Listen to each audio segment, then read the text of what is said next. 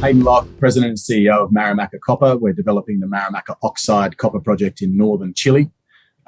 Huge amount of work going on in 2022, leading us up to a resource upgrade at some point in the coming months, which we think will hopefully give people an idea of the step change in scale of the project, and then a plan for us taking this project from idea to copper. Well, there you go, copper. Much needed copper. Hey, good to have you back on, Hayden. You look like you are abroad. Where are you? On the ground in Chile. Good man. What's happening over there? Well, we just had a new person join the team in the VP projects role, starting to manage that transition from developer to producer. It's a challenging transition for every company, and getting the right people in the right positions is key. And so this is the first hire for us as a company to start that transition. And, Leonardo is an exceptionally experienced mine builder and has worked across the world. He's a Chilean, which is important for us. And, he started a week and a half ago. So my first trip up to site with him yesterday. Oh, fantastic. Well, that's good. So what was his first reaction to that? Well, like everyone who comes to site, because I say this regularly, I talk until I'm blue in the face about the locational advantages we have with the Marimaca Oxide project. It is an exceptionally located project, but until you actually stand on the ground, you can't appreciate it. And he came to site and his reaction was the same as just about everybody else. This is even better than I had expected it to be.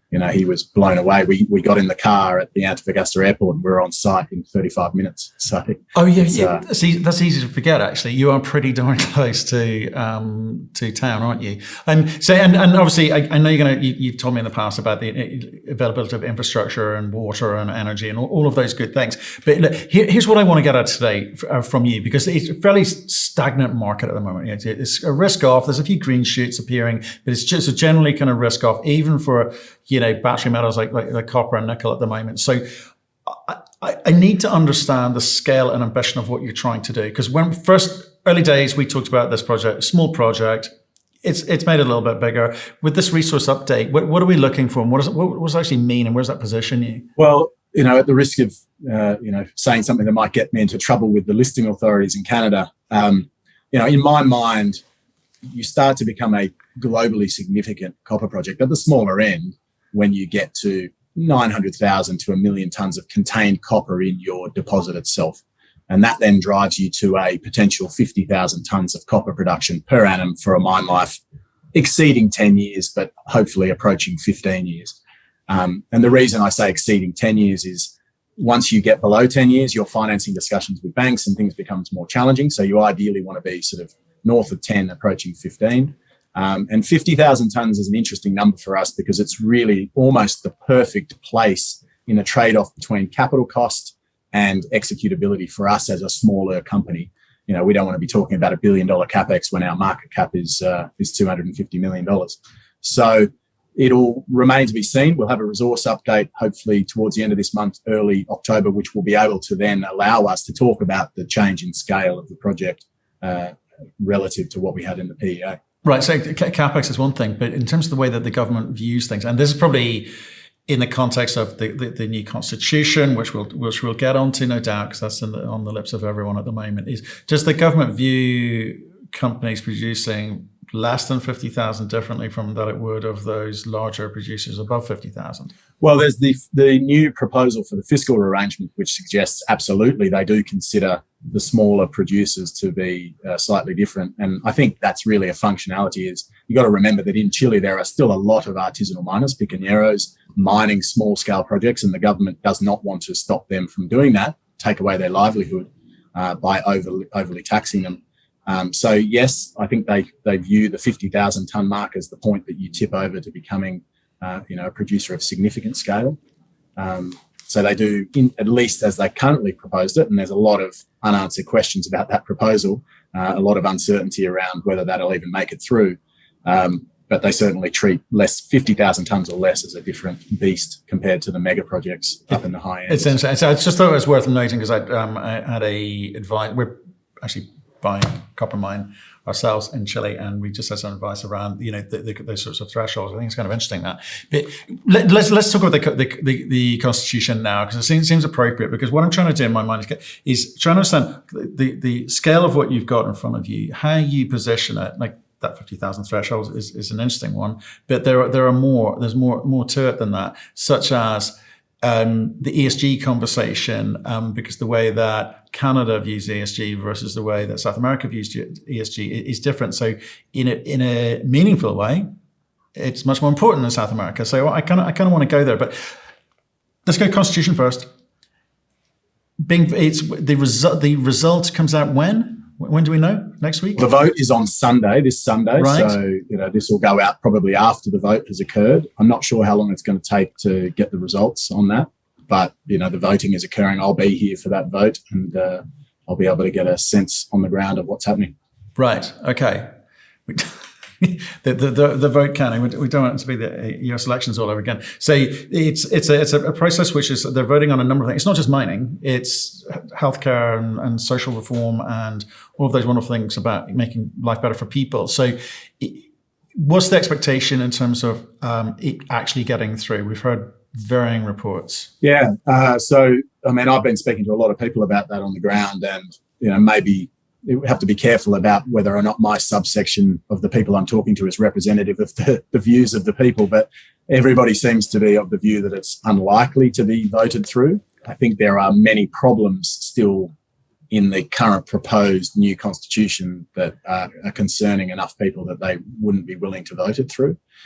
Certainly the polls are suggesting that that's the case, but as we saw, polls can be materially wrong. So maybe we're not wise to place our faith in those. But I think from my perspective, the conversations that I've had are it's probably unlikely to get voted through. And then that leads us to, some interesting times in Chile. Well, let's talk about that. So if it does go through, obviously, potentially a slightly higher tax regime for mine producers.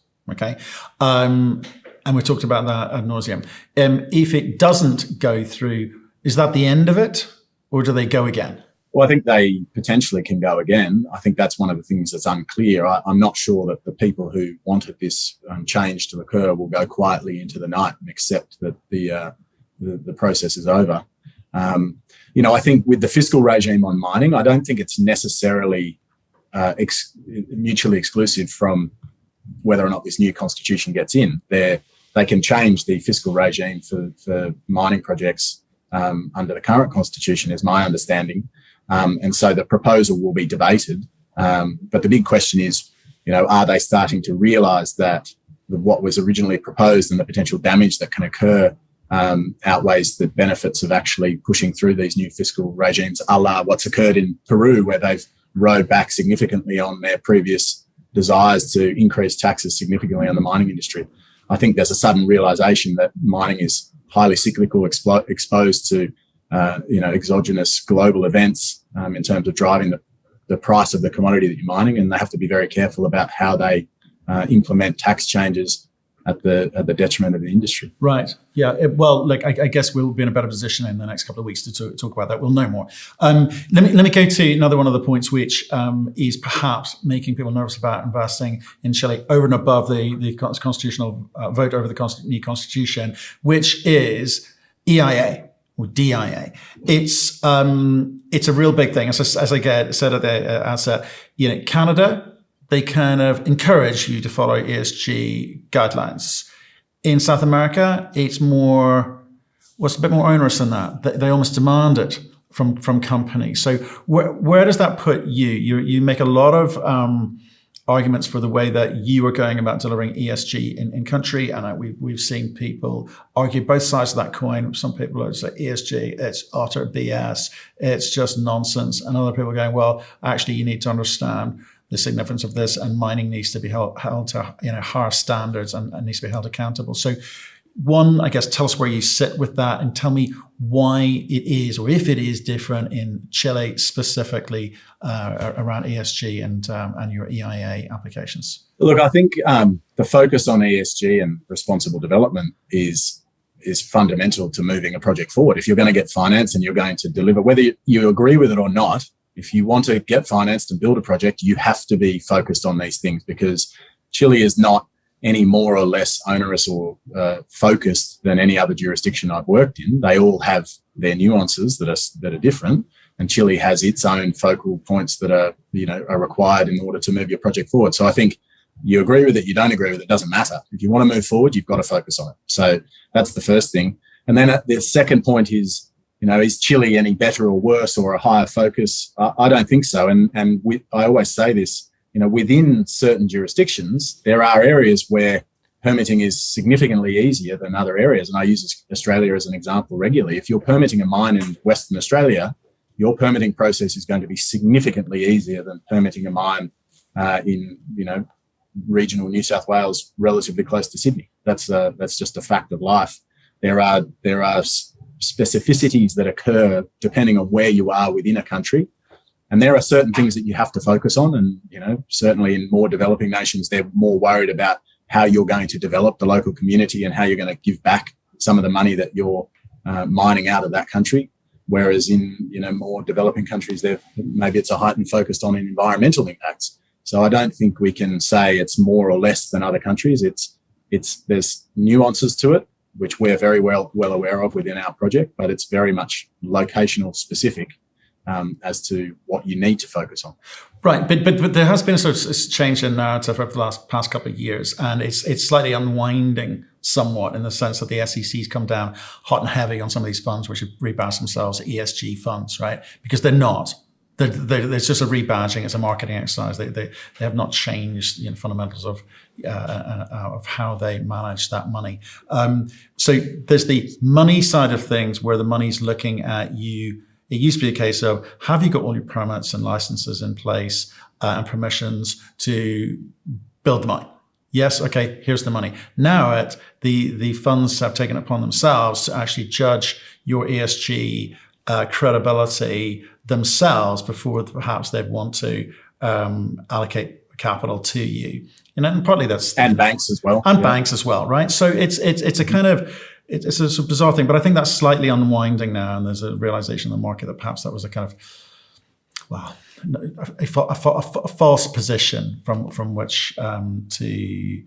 Well, who's the right person to police? Well, yeah, the focus on ESG. Is it is it the money? Is it the government? Is it the company? Or is it a mix of all three? I don't think it's a problem to have everybody focused on it. Have you done what you need to do to ensure that you develop this in a way that's not going to ruin the environment or ruin the livelihoods of people, whatever it is. Right, but I think the government, the state, the province, or the county, has a better sense of that than a finance guy sitting in New York ticking a box. So personal view, but in terms of your company, you're going through a kind of process.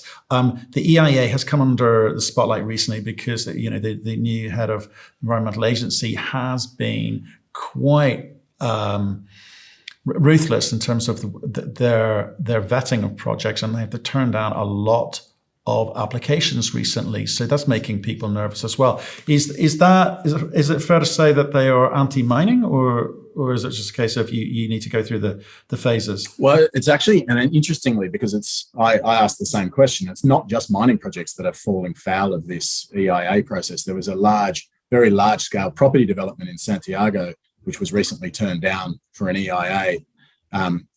So there is certainly a heightened focus on that EIA stream from the government. And we always knew that this was coming. I mean, we've had several conversations about what the big changes in the Constitution are likely to be if it gets through. And the one that I focused on was there is going to be an extremely heightened focus on environmental impact of large-scale industrial developments. It's not going to be as easy as it once was to push these large-scale developments through without considering the potential ramifications in 10, 20, 30 years' time and how you manage those effectively. But I think one of the key, again, nuances of the Chilean permitting subsector is that there are two different trains that you can follow. One is called the DIA, which you mentioned, and the other is the EIA. And all right. So they're completely separate. They're separate, and they're slightly different in terms of what is required of you as a company in order to achieve the end goal. Now, it's reasonably rare to be able to submit an application under a DIA as opposed to an EIA. And the reason for that is if you impact, and I can't remember all of the pillars, there's several pillars, but if you impact any one of, let's call it flora and fauna, livelihood, air quality, water usage, indigenous populations, archaeological sites, tourism, if you impact any of those, then you're more likely to fall under an EIA. That is just a function of your project's location. It's nothing more than luck as to where you're located, as to whether or not you will have to deal with the more onerous permitting route in Chile. And again, I come back to, I always talk about our location being exceptional. We have no flora and fauna. We've done multiple baseline studies. We're not using groundwater. We're not using fresh water in development. We're using seawater. There is no livelihood that we're resettling. There's no people. There's no farmland. There's nobody that we're going to have to up sticks and move and ruin their livelihood by building this mine. We don't impact any local populations. There's no towns near us other than Mejillones, which is 25 kilometres away. There's no tourism to speak of in the area. There's no major touristic sites. We've done full archaeological surveys. There's no archaeological sites of any significance. All of that is factored into, and I say, the location is the advantage that we have, and it's nothing more than dumb luck as to the location being positive for us. Okay, so are there any examples that you can give where companies have got their EIA or DIA applications through? Like recently? Well, recently. Yeah, I mean, there was an iron ore company in the Atacama, which maybe I'll send it to you and you can post it on the website. But in the last 5 days, an iron ore project got its approval through SAIA.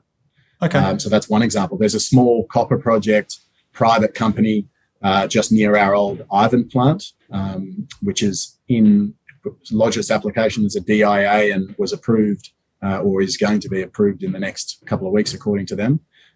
So there are examples. There are also the headline grabbing examples of, Los Bronces, which is just outside of Santiago, happens to be at the end of the valley where a lot of the wealthiest people in Santiago live.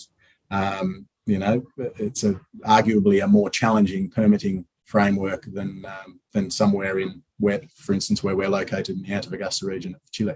Okay, so they are issuing EIA, environmental licenses. It's not a case of no. It seems to be a case of up your game, boys, and you'll get one. Is that it? Yeah, and I think it's maybe not even up your game. It's just there are nuances for every single project. And there was a headline of the Salares Norte mine, being put on hold as a result of some issues with fauna being relocated.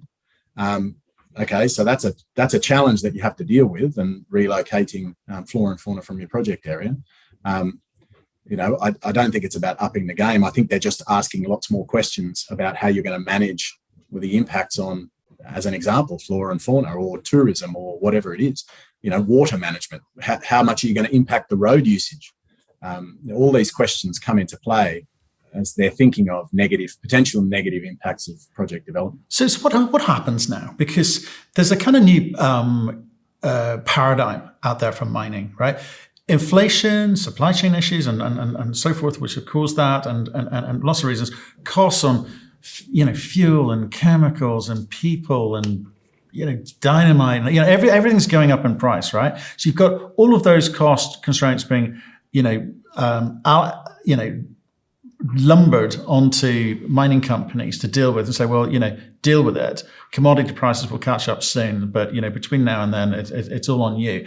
And now with raised ESG standards, like reallocating flora and fauna, or that costs money. It takes time, and time's money. So all of a sudden, there's a lot more pressure on mining companies and their ability to make money. And ultimately, you want to build a mine and you want to make money. So you're going to need the copper price to do some heavy lifting for you, and you're also going to need the markets to understand this new paradigm means a new cost structure and a new margin environment. So it feels like it's getting more difficult to do mining these days. 100%. I think that's been clear over the last 10, 15 years that it's a very different world that we live in. Forget 10, 15 years. I'm talking the last 2 years. price has gone up across the board like never before. Projects which would not have been marginal previously are now marginal projects, and that's worrying for funders, right? And then you've got ESG pressures like never before, adding to time and costs as well. So it's not 10, 15 years worth of pressure. That was nothing compared to today. It feels like. So how do you deal with that? And what would you say to shareholders? And do you say it all levels out eventually? It always does? Or what else would you say? Yeah, well, I mean, we're in the unfortunate position of inflation occurring while the commodity prices are dropping at the same time, and I think what we know is it doesn't last forever. The pendulum swings, and at some point this will reverse, and we go back to making money. But what reverses? Are you saying inflation is transitory either in all cases? Either commodity price catches up, or the cost pressures fall, and you come back to some sort of equilibrium that allows you to make a reasonable return on your invested capital. But what we know is mining has always been a difficult business to make money in, hugely capital intensive, long-lived assets. You're exposed to geopolitical risk. You're exposed to commodity price risk. It's always been a challenging business to make money in. And I think therein lies the requirement to go out and find the best possible assets that you can invest in. And I think in our asset, Marimaca, we talk about the location, but we also talk about the return on invested capital. I mean, we're a standout in terms of return on invested capital. Doesn't matter what copper price you use, our return on invested capital is significantly better than the vast majority of our development stage peers.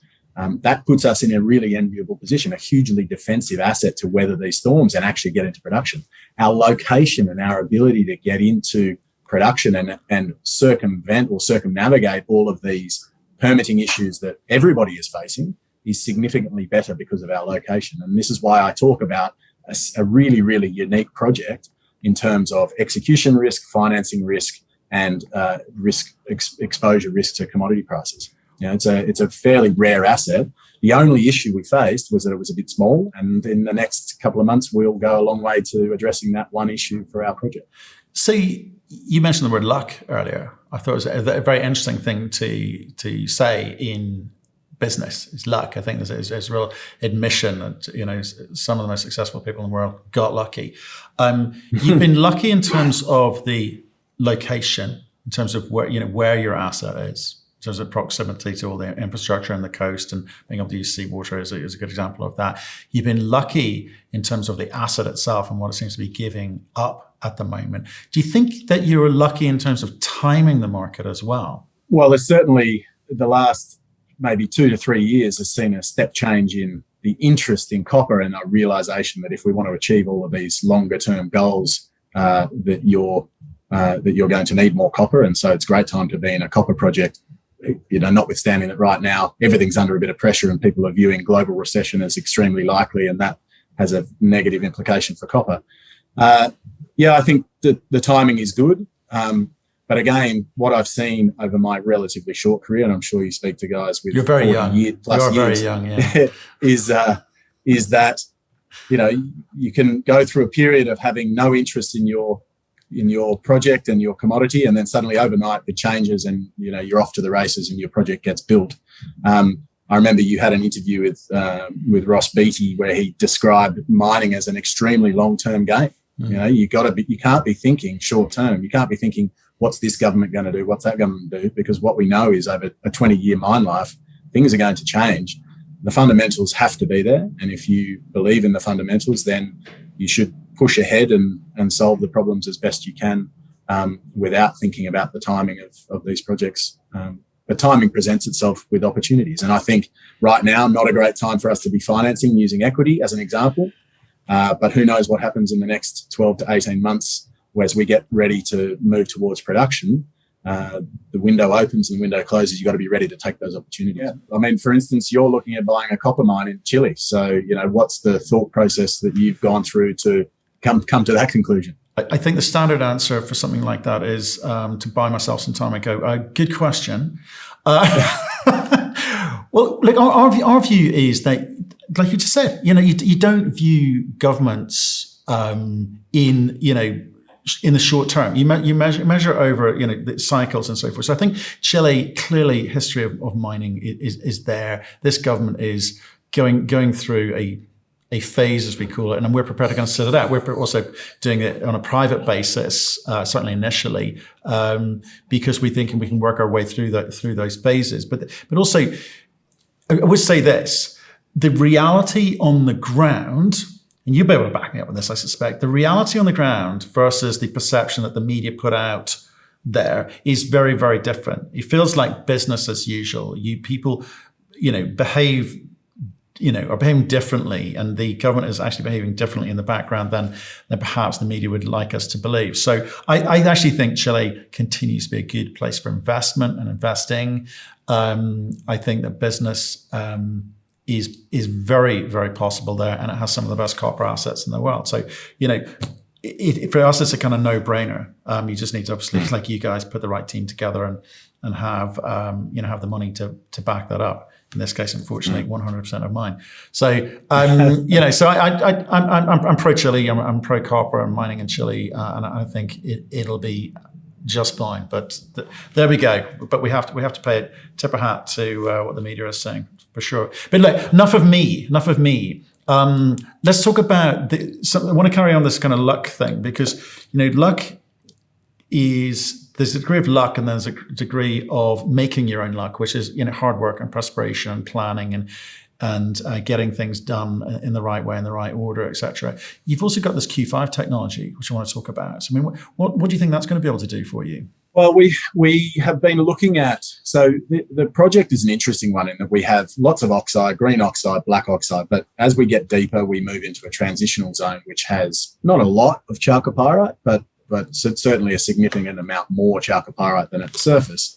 And, as it currently stands, we leave a lot of that in the ripios pile once we go through the leaching. That's an unfortunate side effect of it being primary mineralization. There are lots of technologies that are being moved forward to help to leach this. Jetty as an example. Rio Tinto's got the Newton technology. Antofagasta has Copper Corp. There's lots of technology to try and solve this problem. And, we've looked at them in varying levels of detail as to whether or not they're applicable for us to try and eke out that extra return, take this project to another level in terms of its return on investor capital. And we met the 5Q technology guys because they're the ones who bought our Ivan plant. And as we were talking to them about what their plans were to try and get a sense of, we're effectively partnering with them in terms of the transaction that we've done with them. I became really interested in their technology, and we sent some core to get tested with them, and we'll put out some results hopefully in the coming weeks as to what that potentially means. But I can say we almost certainly are going to do another phase of testing with them because the results have been very interesting. So just tell me a little bit more about the chalcopyrite, because it's a big kind of indicator of where there will be copper. It kind of helps you identify where you should be targeting in a meaningful way. What are you saying? You're saying that potentially you're leaving a lot behind currently.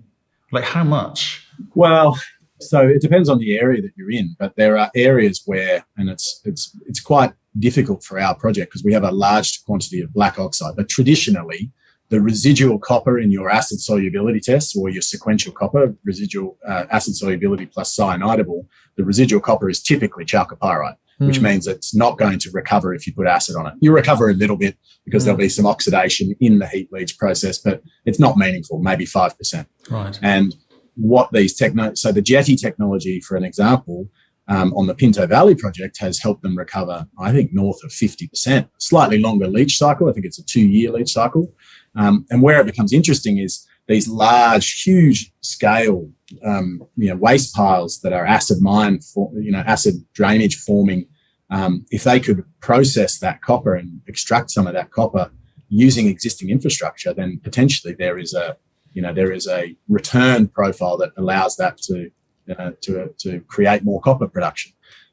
There's lots of different technologies that try and achieve this. It's kind of the holy grail at the moment is to achieve this. And these guys have got a new approach, which I have found pretty interesting. And they've got an industrial plant here in Chile, so it's a really interesting one for us to follow up on. It's not something that's going to change our development strategy. It fits in with the way we will develop this project. Doesn't change our technological risk profile. So it's more of how do we really eke out all of the returns that we can possibly get from this project in the most logical manner. You've got 5 years. For the first 5 years down at 0.78, right? Which is good, but you kind of want to be up towards that one number ideally, right? So how do you? What does? Maybe you can't talk about your own technology, but if we look at Jetty, for instance, how much has that been able to improve the results there? I mean, for instance, if you could do something similar, could you go from 0.78 to 0.85? 0.9. I mean, how much better is it? 0.78. Yeah, the 0.78 is the mined grade for the first 5 years, and in that mined grade phase, we will recover about 80% because it's green oxides. It's not much chalcopyrite there. Got it. 0.78. Where it gets interesting is when we get down into the enriched zones and the mixed mineralization, where we might still have 0.6, 0.7% grade, but our acid solubility is only 0.4%. And so we're potentially leaving half of that. Our recoveries might only be 55 or 60%. Got it. Now, the Jetty technology, as an example, you can recover up to 70% of chalcopyrite. It's over quite a longer leach cycle. Okay, so you've got to be willing to leave it on the pad and potentially take the acid consumption risk. But if you can recover 70% of that residual copper, I mean, that is game changing. Yeah. And where it really, so the Jetty technology, in my opinion, where it really changes things is if you've got the existing SXEW infrastructure, you've got the existing leach pads, and all you have to do is add some acid and you can recover some copper and use this, this empty SXEW plant. Well, the return on invested capital for doing that is significant. So, it's a slightly different mindset. You don't have mining costs. It's already mined. It's sitting on the surface. Where we're different, obviously, is we're going to be mining this. And so we're looking for something that takes us from maybe 55% or 60% recovery in some areas to 75 or 80% recovery. And that is very, very meaningful for us in terms of retaining 50,000 tonnes a year of copper production for 15 years and potentially extending our mine life and potentially opening up new areas. And so it's how do we we're going to build an SXEW process plant. We're going to build an oxide heap leach mine. How do we best use that existing infrastructure to continue to extend our mine life and improve our return on invested capital? Right. And one last, thank you for that. I think that's really fascinating. And as you understand that better, we'd love to hear about it because you say it could be game changing for you. With regards, your asset, it's a big lump. It's a big blob, right? You're lucky in a way, which probably is why your costs are like they are. But in terms of the exploration component, you just finished the 2022 drill program. You're gonna, no doubt, tell us about that over the coming weeks and months. But what else are you going to be doing with the expansion of the resource for 2020, well, the rest of this year and 2023? Yeah, so we originally set out in 2022 to do an infill and expansion drill program. So we had the depth discovery, the extensions at depth, which we wanted to try and get into the measured and indicated category to then take into our feasibility study and for financing. That drill program was originally, call it 30,000 metres.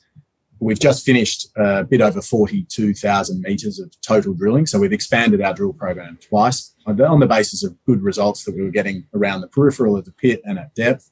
So, really the expansion of the Marimaca oxide project is now done, and we'll put out something, towards the end of this month, early October, as to, our NI 43-101 on that. And then taking a step back, well, there's still more, we think, to go with the Marimaca oxide project. And then we've got our regional targets, and the discussion internally will be, as we always talk about, it's the trade-off. Do we want to spend more money exploring all of these regional targets, or do we put our pedal to the metal and get the oxide project into production and then use cash flow to go out and explore? I think there's a happy medium there. We'll probably spend some money on it, depending on the sources of financing that we look at over the next 12 to 18 months. Okay. Well, Hayden, appreciate the update. I'm glad you're in country. Good luck on Sunday for the Chilean people, whatever result they want. We'll see you soon, okay? Thanks, Matt.